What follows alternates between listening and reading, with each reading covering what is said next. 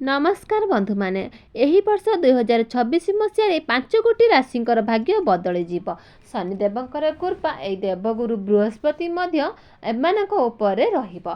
तो एमानकु निजर जीवन रे अनेक सफलता भी मिलबाकू जाउची। तो एही वर्ष 2026 रे एमानकु अधिक सफलता मध्य मिलबाकू जाउची। जदि चाकरी नाही चाकरी प्राप्ति हेबो एवं जदि आपणकर विवाह होई पारु नथला तो विवाहर जोग आपणकर खोली जीवो। तो जमी एवं घर किणिबार जदि सफलता होई नथला ताहा भी मध्य पूर्ण हबो। तो वर्ष 2026 रे ए 5 कोटी राशि हेबाकू जाउछंती मालामाल। तो यही 5 कोटी राशि के भितर हाथी ढालुची सुना कलश। तेबे बंधु माने यही 5 कोटी राशि मध्य आपणक राशि मध्य होई थाई पारे। तो नवग्रहंकर मध्य शनि एवं देवगुरु बृहस्पति सबुठारु खास बोली मना जाई थाए। तो एमानकर कृपा जो राशि मानक ऊपर रही थाए सेमाने हठात रंकरु राजा मध्य बनी जाई थांती एवं एही जो राशि मानक ऊपर दृष्ट होई थांती सेमाने राजारु मध्य रंक बनी जाई पारंती। तो बंधु माने तेबे बंधु माने वीडियोटी आगु को बढ़िबा करू चैनल टी को सब्सक्राइब करी एवं कमेंट बॉक्स रे भक्ति एवं श्रद्धार सहित जय श्री जगन्नाथ जय मां लक्ष्मी निश्चित लिखि दियंतु। तबे बंधु माने आसंतु आरंभ करिबा आजिर एही कार्यक्रम को जहा आपणकर जन्म राशि एवं चंद्र राशि उपरे आधारित अटे। तेबे बंधु माने 12टी राशि मध्य रे प्रथम राशि भाग्यशाली राशि होउछंती तुला राशि। तुला राशि रा व्यक्ति विशेष मानक पई प्रभु शनिदेव एवं देवगुरु बृहस्पति कृपा वर्षा हेबाकू जाउअछि। शनिदेव होउछंती तुला राशि पई बहुत अधिक चककारक ग्रह। तो यही वर्ष 2026 रे तुला राशि षष्ठ भाव में शनिदेव मार्गी होई गोचर करेंगे।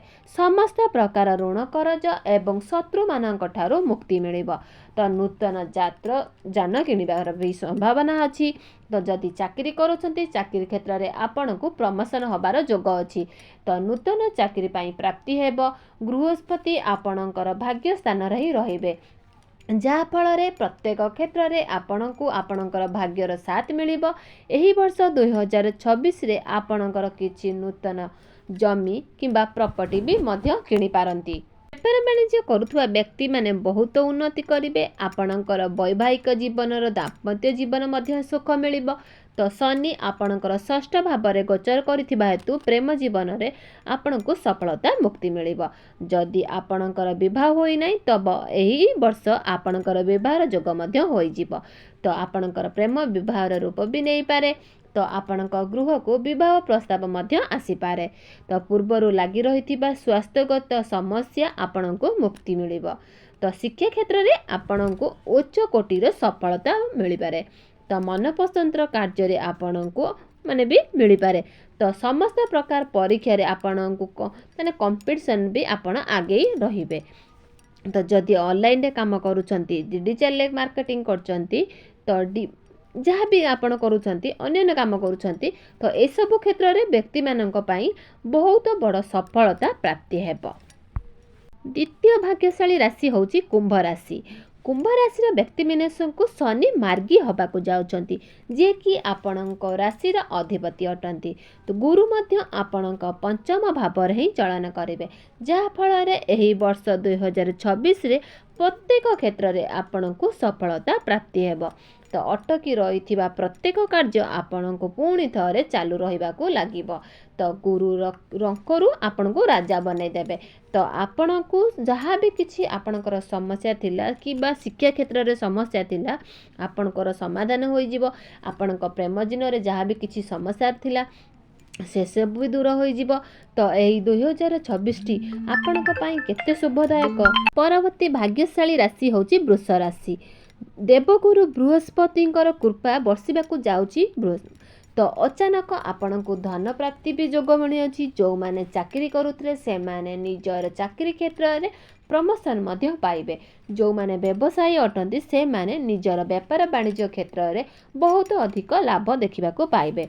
गुरु आपणकर धन स्थान रहिथिबा हेतु तो आपण को जहाँ भी किछि आर्थिक समस्या रहितिला ताहा सबु समाधान होई जिवो। आपणकर डेली इनकम भी बढ़िबो। आपणकर फाइनेंशियल ग्रोथ हबो। ଆପଣଙ୍କୁ ସମସ୍ତ ପ୍ରକାର ଋଣ କରଜରୁ ମୁକ୍ତି ମିଳିଯିବ। ଶତ୍ରୁମାନଙ୍କଠାରୁ ମଧ୍ୟ ମୁକ୍ତି ମିଳିବ।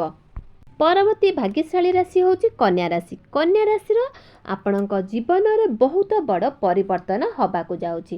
ତ ଗୁରୁ ଆପଣଙ୍କର ଲାଭ ସ୍ଥାନରେ ଚଳନ କରିବେ, ଯାହାଫଳରେ ଆପଣଙ୍କୁ ପ୍ରତ୍ୟେକ କ୍ଷେତ୍ରରେ ଆପଣଙ୍କୁ ଲାଭ ହିଁ ଲାଭ ପ୍ରାପ୍ତି ହେବ। ଆପଣଙ୍କୁ ଆକସ୍ମିକ ଭାବେ ଧନ ପ୍ରାପ୍ତି ହେବ। ଧନ ଅର୍ଜନ କରିବା ପାଇଁ ଆପଣଙ୍କର ନୂଆ ନୂଆ ରାସ୍ତା ବି ଖୋଲିଯିବ। ତ ନୂତନ ଚାକିରି ମିଳିବାର ବହୁତ ସମ୍ଭାବନା ରହୁଛି। ତ ଚାକିରି କ୍ଷେତ୍ରରେ ଆପଣଙ୍କର ପ୍ରମୋସନ୍ ବି ହୋଇପାରେ। ତ ଆପଣଙ୍କୁ ନୂତନ ଚାକିରି ମଧ୍ୟ ପ୍ରାପ୍ତି ହେବ। ଯେଉଁ ଦମ୍ପତିମାନେ ସନ୍ତାନର ଆଶା ରଖିଥିଲେ ସେମାନଙ୍କୁ ଏହି ବର୍ଷ ସନ୍ତାନର ସୁଖ ନିଶ୍ଚିତ ଭାବରେ ପ୍ରାପ୍ତି ହେବ। ଯେଉଁମାନଙ୍କର ବିବାହ ହୋଇପାରୁନଥିଲା ସେମାନଙ୍କର ଗୃହକୁ ବିବାହର ପ୍ରସ୍ତାବ ଆସିବ। ତ ଆପଣଙ୍କର ବିବାହ ମଧ୍ୟ ଫାଇନାଲ ହୋଇଯିବ। ତ ବିଦ୍ୟାର୍ଥୀମାନଙ୍କୁ ଶିକ୍ଷା କ୍ଷେତ୍ରରେ ଅଦ୍ଭୁତପୂର୍ବ ସଫଳତା ପ୍ରାପ୍ତି ହେବ। ପରବର୍ତ୍ତୀ ଭାଗ୍ୟଶାଳୀ ରାଶି ହେଉଛି ମୀନ ରାଶି। ତ ଆପଣଙ୍କୁ ବଡ଼ ପରିବର୍ତ୍ତନ ଆସିବାକୁ ଦେଉଛି 2026ରେ।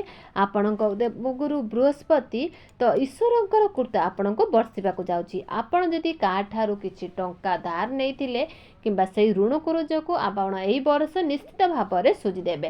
ତ ଆପଣଙ୍କର ମନ ପ୍ରସନ୍ନ ରହିବ।